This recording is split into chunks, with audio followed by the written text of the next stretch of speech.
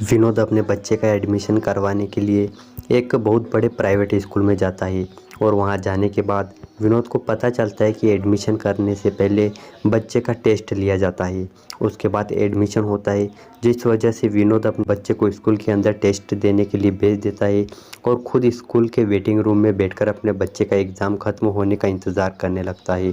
तभी दोस्तों विनोद की जो नज़र है वो उसी स्कूल के प्रिंसिपल पर पड़ जाती है।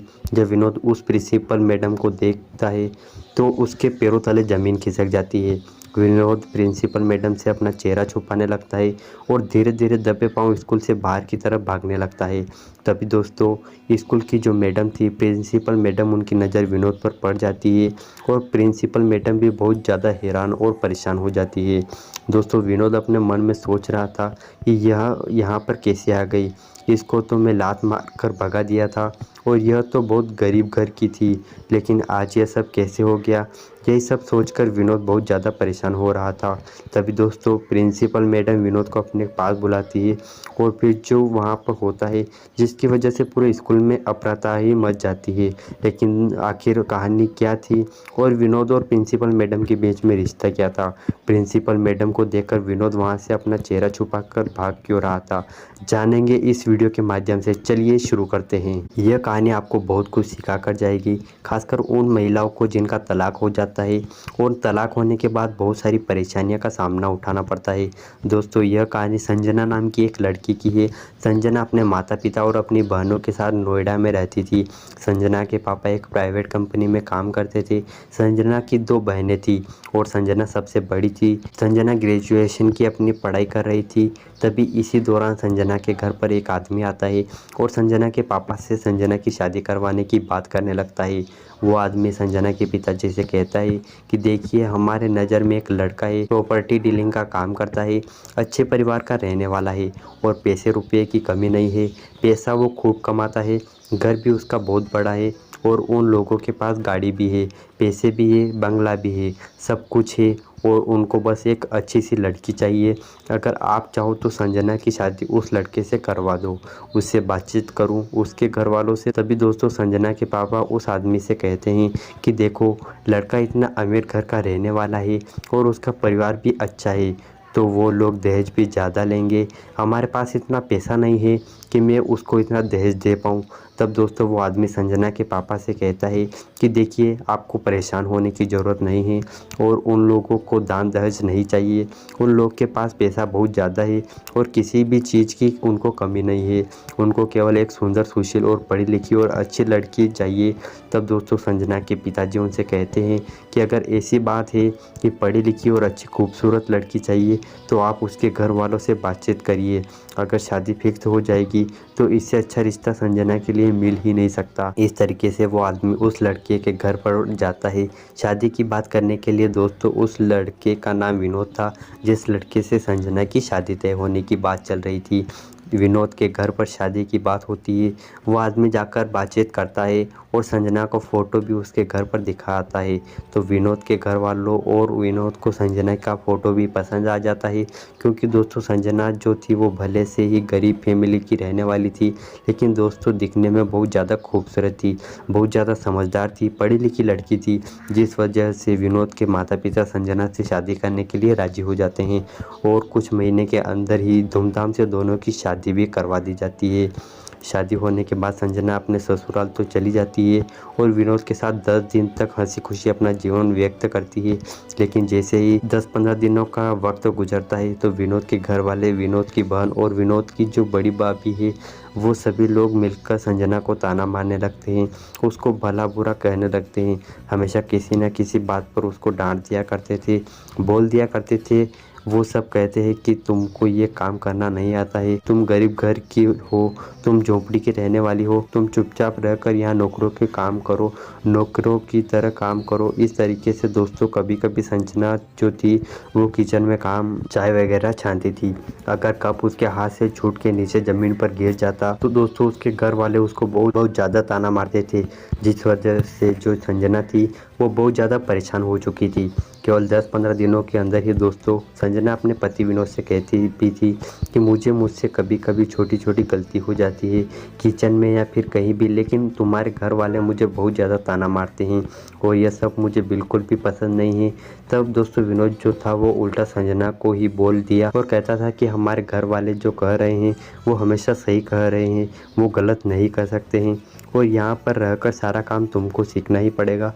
और एक बात तुम अपने दिमाग में याद करके रख लो कि तुम झोंपड़ी में रहने वाली थी, झोंपड़ी से तुमको महल में लाया गया है, तुमको अच्छी फैसिलिटी दी गई है यहाँ पर रहने के लिए, तो इधर इधर की बातें ना करो, चुपचाप यहाँ पर रहकर नौकरों की तरह काम करो, खाना बनाओ, सबका देखभाल करो, तुमको ज़्यादा सोचने की ज़रूरत नहीं है। दोस्तों संजना उसकी बात जब सुनती है तो उसको बहुत ज़्यादा दुख हो जाता है कि उसका पति उसको ऐसा बोल रहा है। उसके बाद संजना अपनी माँ को फ़ोन करके अपनी पूरी सारी बात बताती है। तब दोस्तों संजना की माँ उससे कहती है कि बेटा देखो अभी तुम्हारी शादी को 10-15 दिन ही हुआ है और ये सब तो होता रहता है, थोड़ा दिन कैसे भी करके एडजस्ट कर लो, जब सब कुछ ठीक हो जाएगा तो नॉर्मल फैमिली में ये सब होता है, कुछ दिन तक एडजस्ट करो, 2-4 महीना, साल 2 साल बीत जाएगा तो सब कुछ ठीक हो जाएगा। दोस्तों जो संजना थी वो बड़ी मासूम किस्म की लड़की थी। दोस्तों संजना वहाँ पर सोच रही थी कि माँ सही कह रही है, अभी तो मुझे यहाँ पर आए हुए केवल 15 दिन ही हुआ है और धीरे धीरे सब ठीक हो जाएगा, जैसे ही मैं यहाँ पर रंग घुल मिल जाऊँगी तो सब कुछ ठीक हो जाएगा। यही सब सोचकर संजना किसी की बातों का जवाब नहीं देती है और चुपचाप वहाँ पर अपना काम करती थी और वहाँ पर रहने लगती है। दोस्तों धीरे धीरे करके संजना की शादी को पूरे 6 महीने गुजर जाते हैं और 6 महीने बाद संजना को पता चलता है कि वो प्रेग्नेंट हो गई है। इस वजह से संजना बहुत ज़्यादा खुश हो जाती है कि वो एक बच्चे को जन्म देने वाली है। लेकिन जब ये बात वो विनोद को बताती है, जब ये बात विनोद को पता चलता है कि संजना प्रेग्नेंट हो गई है, तो दोस्तों जो विनोद है वो संजना के ऊपर बहुत ज़्यादा गुस्सा करने लगता है और कहता है कि तुम दवा खा लो, तुम इस बच्चे को गिरा दो, ये बच्चा मैं पैदा नहीं कर सकता, मुझे बच्चा नहीं चाहिए। तब दोस्तों जो संजना थी वो इस बात पर उससे लड़ाई भी हो जाता है, क्योंकि संजना जो थी वो कहती थी नहीं मुझे इस बच्चे को जन्म देना है और मैं इस बच्चे को मार नहीं सकती हूँ, मैं इस बच्चे को जन्म देना चाहती हूँ। और जो विनोद है वो उस बच्चे को पैदा करने ही नहीं चाहता था, जिस वजह से संजना और विनोद के बीच में, दोनों के बीच में बहुत ज़्यादा लड़ाई झगड़ा होता है, बहुत ज़्यादा विवाद हो जाता है। लेकिन संजना जो थी वो उस बच्चे को गिराने से मना कर देती है, किसी भी कीमत पर वो कहती है कि मैं इस बच्चे को जन्म दूंगी ही। अब दोस्तों इस तरीके से विनोद भी लाचार पड़ जाता है और इस तरीके से 1 महीना और गुजर जाता है। लेकिन दोस्तों एक दिन क्या होता है कि संजना और विनोद अपने कमरे में सोए हुए थे और रात के 12 बजे के आसपास टाइम हो रहा था। विनोद जो था अपने बेड पर नींद में सो गया था, लेकिन जो संजना थी वो उसके बगल में बेड पर बिस्तर पर सोई हुई थी और अपने बच्चे के बारे में, जो उसका बच्चा पैदा होने वाला था उसके बारे में सोच रही थी, बहुत खुश हो रही थी। तभी दोस्तों विनोद के व्हाट्सएप मैसेज आने लगता है, जब टन टन ऐसे करके नोटिफिकेशन आने लगता है। व्हाट्सएप को डिलीट भी नहीं किया था। जब संजना उस चैट को पढ़ती है तो पूरी रात पढ़ने लगती है और सिर्फ 1-2 लड़कियों से चैट नहीं था, 10, 15, 20 ऐसे बहुत सारी लड़कियों का चैट था। उसमें कुछ उसके दोस्त भी थे, कुछ गर्लफ्रेंड थी, कुछ ऐसे ऑनलाइन मिलने जुलने वाली बहुत सारी लड़कियां थी। दोस्तों पढ़ते पढ़ते उस चैट को उसको पूरी रात हो जाती है और पूरी रात वो चैट को पढ़ते पढ़ते रो रही थी। सुबह में उठने के बाद वो विनोद से बहुत ज़्यादा लड़ाई झगड़ा करती है और कहती है कि देखो विनोद मैं सब कुछ सह सकती हूँ, लेकिन तुम मेरे साथ ऐसा करोगे, दूसरी लड़कियों के साथ संबंध बनाओगे, तो मैं यह सब बर्दाश्त नहीं होगा। मैं सब कुछ सह सकती हूँ लेकिन यह सब नहीं सह सकती, मैं तुमको दूसरे के साथ कभी भी नहीं दे सकती हूँ। तब दोस्तों विनोद संजना से कहता है कि देखो ये मेरी पर्सनल लाइफ है और मुझे क्या पसंद है क्या नहीं पसंद है तुमको इससे क्या मतलब है। तुमको यहाँ पर खाना खाने के लिए मिल रहा है, अच्छे से रहने के लिए मिल रहा है, बड़ा सा बंगला मिला है, घर मिला है, तुम्हारी सारी ज़रूरतें पूरी हो रही है और तुमको क्या चाहिए, इससे ज़्यादा मेरे लाइफ में तुम्हें इंटरफेयर करने की कोशिश मत करो। तब दोस्तों संजना कहती है कि देखो तुम्हारी लाइफ तुम्हारी कैसी हो गई है, तुमने मुझसे शादी किया है तो मेरा तुम पे हक बनता है जानने का कि तुम क्या करती हो, क्या कर रहे हो और क्या नहीं कर रहे हो। लेकिन अगर तुम यह कहोगे कि मेरी लाइफ है मैं कुछ भी करूँगा तो यह तो बहुत गलत बात है। ये मुझसे नहीं हो पाएगा, मैं यह सब बर्दाश्त नहीं करूँगी। दोस्तों उस दिन विनोद और संजना के बीच में बहुत सारी लड़ाई झगड़े होते हैं, बहुत सारी बातें होती हैं। तब संजना जो है वो अपनी माँ को फ़ोन करके कहती है कि माँ देखो, विनोद के घर वाले मुझे बहुत ज़्यादा ताना मारते हैं, मुझे बहुत ज़्यादा परेशान करते हैं। चलो कोई बात नहीं, यह सब तो मैं सह सकती हूँ, लेकिन विनोद मेरे साथ अच्छे से नहीं रहता है, मैं वो भी सह सकती हूँ, लेकिन अगर वो दूसरी लड़कियों के साथ संबंध बनाएगा, उन लोगों के साथ वो मौज मस्ती करेगा, तो यह सब तो मुझे पसंद नहीं है। मैं यह सब बिल्कुल भी नहीं सह सकती हूँ। माँ अब मैं यहाँ पर नहीं रह सकती हूँ, मैं घर वापस आना चाहती हूँ। दोस्तों मैं आपको बता दूँ कि उस दिन संजना की माँ संजना को बहुत ज़्यादा समझाने की कोशिश करती है और कहती है कि बेटा ऐसा कदम ना उठाओ, नहीं तो तुम्हारी ज़िंदगी भर पछताना पड़ जाएगा। लेकिन दोस्तों उस दिन संजना अपनी माँ की बातों को भी नहीं मानती है और विनोद का घर छोड़ देती है, क्योंकि उस दिन विनोद उसको बहुत ज़्यादा मार दिया था। जब घर छोड़ के निकलती है तो डायरेक्ट वो थाने पर जाती है और थाने पर जाने के बाद विनोद के खिलाफ एफआईआर की भी दर्ज करवाती है। एफआईआर दर्ज करवाने के बाद संजना अपने माता पिता के घर चली जाती है। वहाँ जाने के बाद वो अपने पापा से अपनी पूरी कहानी बताती है कि विनोद कैसे लड़कियों के साथ मौज मस्ती कर रहा है और इसको नौकरानी की तरह रखता है। जिस वजह से दोस्तों जो संजना के पापा थे वो भी संजना का विरोध नहीं कर पाते हैं। दोस्तों अब संजना इस तरीके से अपने मम्मी पापा के घर पर रहने लगती है। लेकिन कुछ महीने बाद संजना एक बच्चे को जन्म देती है, वो एक लड़की थी। दोस्तों उस दिन संजना अपने बच्चे को गिराने से मना कर दी थी, जब उसका पति यानी कि विनोद उसको बोल रहा था कि दवा खा लो और गिरा लो, तो उसको गिराने से मना कर दी थी। और इस बात पर उन दोनों में लड़ाई झगड़ा शुरू हुआ था और ये झगड़ा इतना ज़्यादा आगे बढ़ गया था कि दोनों के बीच में विवाद हो गया और दोनों अलग अलग रहने लगे, जिस वजह से संजना अपना ससुराल छोड़कर अपने मायके चली आई। दोस्तों मैं आपको बताऊं कि संजना अपने मायके आई थी, अपने बच्चे को जन्म दी थी और जन्म देने के बाद 2-3 साल तक वो अपने मायके में ही रहती है और अपने बच्चे का पालन पोषण करती है। लेकिन दोस्तों जब बच्चा बड़ा होता है, 5 साल का हो जाता है, तब संजना अपने एक दोस्त को फ़ोन करती है जो कि दिल्ली में रहती है और उसका नाम प्रिया था। दोस्तों संजना प्रिया से कहती है कि प्रिया देखो बहन, अगर तुम जहाँ पर नौकरी करती हो वहाँ पर कोई जगह खाली हो, मुझे नौकरी मिल जाए तो मुझे बता दो, मैं नौकरी करना चाहती हूँ, क्योंकि मेरा बच्चा भी बड़ा हो रहा है, उसको भी पढ़ाना पड़ेगा। तब प्रिया संजना से कहती है कि देखो तुम पढ़ने लिखने में अच्छी हो और मेरे घर के बगल में एक स्कूल है, तुम कहो तो मैं वहाँ पर बात कर लूँ, शायद अगर वहाँ पढ़ाने का मौका मिल जाता है तुमको तो उसकी सैलरी भी अच्छी खासी होगी और तुम्हारे लिए अच्छा होगा। तब दोस्तों संजना प्रिया से कहती है कि ठीक है, मेरे पास 2-3 दिन का समय है और तुम 2-3 दिन में स्कूल में बात करके मुझे बता देना और जब फिक्स हो जाएगी तो मैं वहाँ पर आ जाऊँगा। दोस्तों इस तरीके से प्रिया जो उसकी दोस्त थी वो स्कूल में बातचीत करती है और संजना वहाँ पर जाती है इंटरव्यू देने के लिए और ये इंटरव्यू में पास भी हो जाती है। दोस्त 9th और 10वीं क्लास के बच्चों को फिजिक्स पढ़ाने का काम करने लगती है, यानी कि टीचर के तौर पर पढ़ाने लगती है। अब इस तरीके से उसकी ज़िंदगी गुजर रही थी। दोस्तों संजना जो थी वो दिल्ली में ही रहकर किराए का एक मकान लेती है और वहीं पर अपने छोटे बच्चे के साथ अपनी बच्ची के साथ रहने लगती है और स्कूल में पढ़ाने लगती है। दोस्तों इस तरीके से स्कूल में पढ़ाते पढ़ाते 2-3 साल और गुजर जाते हैं। लेकिन दोस्तों मैं आपको बता दूं कि संजना जो थी वो बहुत शांत स्वभाव की लड़की थी और वो पूरे स्कूल में बहुत अच्छे से पूरे स्कूल को मेंटेन करती थी। स्कूल के बच्चों के साथ उसका व्यवहार बहुत अच्छा था और मास्टर जी लोग जो स्कूल में पढ़ाते थे उनके साथ भी उसका व्यवहार बहुत अच्छा था।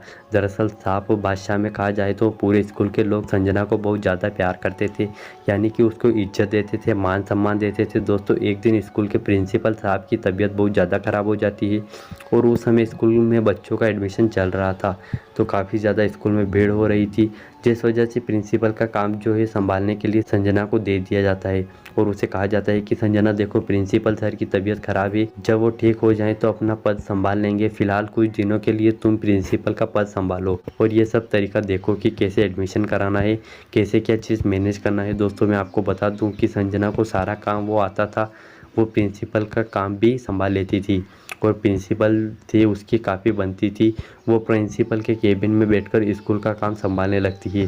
तभी दोस्तों एक दिन संजना का तलाकशुदा पति जो विनोद था वो उसकी स्कूल में आता है अपने बच्चे का एडमिशन करवाने के लिए।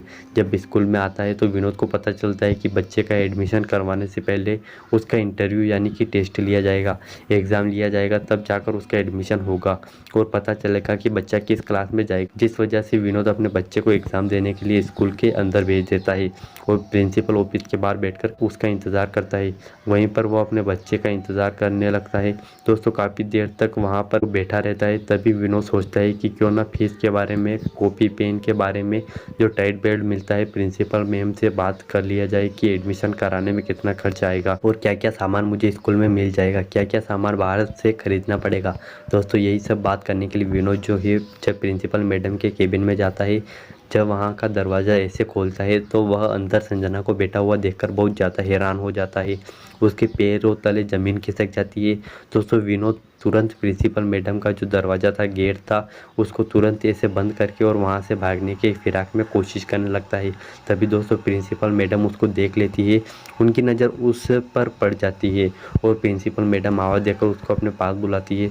तब दोस्तों विनोद संजना के पास जाता है तो एकदम से वो शर्मिंदा हो जाता है, चुपचाप वहाँ पर बैठ जाता है। संजना भी उसको देखकर बहुत ज़्यादा हैरान हो जाती है। दोस्तों संजना विनोद से पूछती है कि क्या हो गया है, तुम यहाँ पर क्या कर रहे हो, तुम यहाँ पर क्यों आए हो। तब दोस्तों विनोद संजना से कहता है कि मैं यही जानना चाहता हूँ कि तुम यहाँ पर क्या कर रही हो और यहाँ पर प्रिंसिपल के ऑफिस में तुम क्या कर रही हो। तब दोस्तों संजना उससे कहती है कि मैं यहाँ स्कूल में पढ़ाती हूँ और अभी कुछ दिनों के लिए मैं प्रिंसिपल का पद संभाल रही हूँ। तुम बताओ तुम यहाँ पर क्या करने के लिए आए हो। तब दोस्तों विनोद संजना से कहता है कि देखो मैं अपने बच्चे का एडमिशन यहाँ पर कराने के लिए आया था। तब दोस्तों संजना पूछती है कि तुम्हारा बच्चा कौन सा है। तब विनोद कहता है कि देखो तुम्हारे से तुम जब मेरे घर छोड़कर चली गई थी तो 1 साल बाद मैंने अपनी दूसरी शादी कर लिया था और उसके साथ हमारा एक बच्चा पैदा हुआ है। तो मैं सोचा कि चलो वो भी 3-4 साल का हो गया तो उसका भी एडमिशन करवा दूं, लेकिन मुझे क्या पता कि तुम यहाँ पर नौकरी कर रही हो। तभी दोस्ती विनोद संजना से पूछता है कि तुम तो नोएडा में रहती थी और फिर यहाँ पर क्या कर रही हो। तब दोस्तों संजना विनोद से कहती है कि हाँ मैं नोएडा में रहती थी, लेकिन मुझे वहाँ पर नौकरी नहीं मिल पाई, इसलिए मैं दिल्ली चली आई और यहीं पर मैं अपनी बच्ची को लेकर रहती हूँ किराए के मकान पर।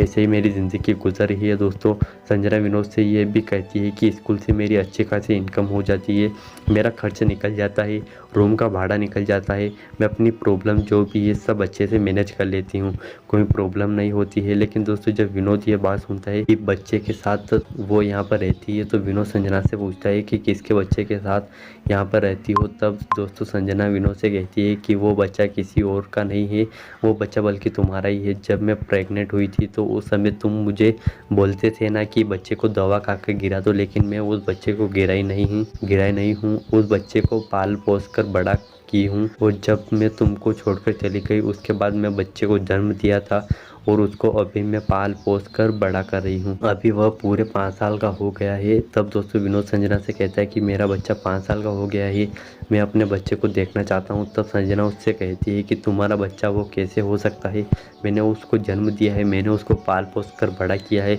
और आज तक उसके पापा उससे कभी मिलने नहीं गए हैं।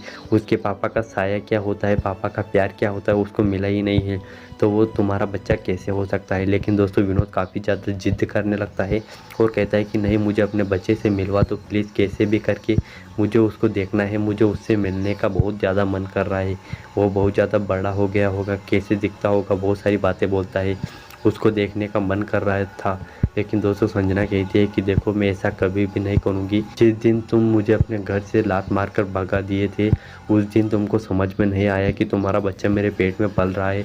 अगर मैं तुम्हारा साथ छोड़ दूँगी या तुम मेरा साथ छोड़ दोगे तो उस बच्चे का सहारा कौन बनेगा, उसका ख्याल कौन रखेगा, उसकी देखभाल कौन करेगा, उस दिन तुमको समझ में नहीं आया। दोस्तों इस तरीके से संजना और विनोद के बीच में वहाँ पर बहुत सारी बातें होती है, लेकिन संजना किसी भी कीमत पर अपने बच्चे से विनोद को मिलवाना नहीं चाहती थी। कुछ देर बाद दोस्तों विनोद के बच्चे का एग्ज़ाम वहाँ पर ख़त्म हो जाता है और विनोद अपने बच्चे का वहाँ पर नर्सरी में एडमिशन भी करवा देता है। एडमिशन करवाने के बाद अपने घर चला जाता है। लेकिन दोस्तों उस दिन के बाद से विनोद अक्सर स्कूल में आया करता था, कभी बच्चे का फीस जमा करने तो कभी बच्चे की कॉपी खरीदवाने खाने बेल्ट जूता मोजा स्कूल से जो भी सामान मिलता था कोई ना कोई बहाना लेकर वो स्कूल में हमेशा आया करता था और संजना से मिलता था, जिस वजह से संजना को बहुत ज़्यादा परेशानियों का सामना करना पड़ता था। संजना अपने सिक्योरिटी गार्ड से बोल देती थी कि आज के बाद से कभी भी कोई भी पेरेंट्स या किसी के बच्चे के माता पिता मुझसे मिलने के लिए अगर केबिन के अंदर आते हैं तो जब तक मैं नहीं बोलूँगी तब तक तुम उनको मेरे केबिन के अंदर मत भेजना देना। अब दोस्तों इस तरीके से सिक्योरिटी गार्ड विनोद जब भी वहाँ मिलने के लिए जाता था हमेशा उसको मना कर दिया करता था और प्रिंसिपल मैडम से मिलने नहीं दिया करता था। इस तरीके से धीरे धीरे करके 2-3 साल और गुजर जाते हैं, लेकिन दोस्तों इन 2-3 सालों के अंदर संजना की मुलाकात एक लड़की से हो जाती है जिसका नाम प्रमोद था। दोस्तों प्रमोद जो था वो सीधा साधा लड़का था, अच्छे परिवार का रहने वाला था और संजना को वो पसंद भी करता था। दोस्तों धीरे धीरे संजना भी उसको पसंद करने लगी थी क्योंकि संजना सोच रही थी कि उसकी ज़िंदगी अभी बहुत लंबी है और अकेले ज़िंदगी गुजारना बड़ा मुश्किल है। यही सब सोचकर उससे बात करने लगी थी और संजना ये भी सोच रही थी कि कभी ना कभी किसी ना किसी के साथ तो मुझे रहना ही पड़ेगा, तो क्यों ना प्रमोद से ही ये बात बढ़ाई जाए और उसके साथ ज़िंदगी गुजारी जाए। दोस्तों जिस दिन प्रमोद संजना को प्रपोज करता है संजना उसी दिन उसको एक्सपेक्ट कर लेती है और दोनों एक दूसरे से प्यार भरी बातें करने लगते हैं। लेकिन अगले ही दिन प्रमोद उसको एक होटल के अंदर मिलने के लिए बुलाने लगता है। तब संजना समझ जाती है कि प्रमोद का इरादा क्या है और वो उसके साथ क्या करना चाहता है, जिस वजह से संजना प्रमोद से कहती है कि देखो मैं तुमसे होटल में अभी नहीं मिल सकती हूँ, पहले हम दोनों शादी करेंगे उसके बाद हम दोनों ये सब काम करेंगे, मिलने जुलने वाला काम। दोस्तों मैं आपको एक बात बता दूं कि जो प्रमोद था वो संजय के बारे में सारी बातें जानता था कि उसका पति उसको तलाक दे दिया है, छोड़ दिया है और उसका एक बच्ची है, उसकी एक बच्ची भी है, जिस वजह से प्रमोद जो है वो संजना का फ़ायदा उठाना चाहता था, उसके साथ शारीरिक संबंध बनाकर मौज मस्ती करना चाहता था। दोस्तों कुछ दिन बाद दारू शराब पीकर एक होटल में वह जाता है प्रमोद और जाके उसी कमरे में सो जाता है और सोने के बाद संजना को फ़ोन करता है और कहता है कि मैं होटल के अंदर कमरा बुक कर लिया हूँ, तुम अभी आ जा, तुमसे मिलने को बहुत ज़्यादा मन कर रहा है। लेकिन दोस्तों उस दिन भी संजना उसको होटल के अंदर मिलने से मना कर देती है, जिस वजह से प्रमोद को बहुत ज़्यादा गुस्सा आ जाता है और फिर प्रमोद फ़ोन पर ही संजना को भला बुरा कहने लगता है और भला बुरा ने उसकी गाली भी देने लगता है, जिस वजह से संजना को समझ में आ जाता है कि प्रमोद सिर्फ और सिर्फ उसके साथ शारीरिक संबंध बनाना चाहता है, उससे वह प्यार नहीं करता है। जिस वजह से दोस्तों संजना प्रमोद से बातचीत करना भी बंद कर देती है और वह अपनी बच्ची के साथ अपना जीवन बिताने लगती है। लेकिन दोस्तों वो अपनी दूसरी शादी ज़िंदगी में कभी भी नहीं करती है और अभी तक उसने अपनी दूसरी शादी नहीं किया है। दोस्तों अक्सर ऐसा देखा जाता है कि जिन महिलाओं का तलाक हो जाता है उन महिलाओं के साथ अक्सर ऐसे लोग गलत काम करने की कोशिश करते हैं, क्योंकि हमारे समाज में ऐसे बहुत सारे लोग हैं जिनको लगता है कि महिला का तलाक हो गया है तो उसके आगे पीछे कोई ना है, उसको मौके का फ़ायदा उठा लो, कुछ भी उसके साथ कर लो, कोई कार्रवाई नहीं करेगा, उसका कोई सुनेगा नहीं। यही सब सोचकर तलाकशुदा महिलाओं के साथ बहुत सारे लोग रेप वगैरह जैसे अंजाम देते हैं। तो आज की स्टोरी आपको कैसी लगी हमें कमेंट सेक्शन में बहुत बताना और सब्सक्राइब कर देना यार, बहुत मेहनत लगती है ऐसी भी स्टोरी बनाने में।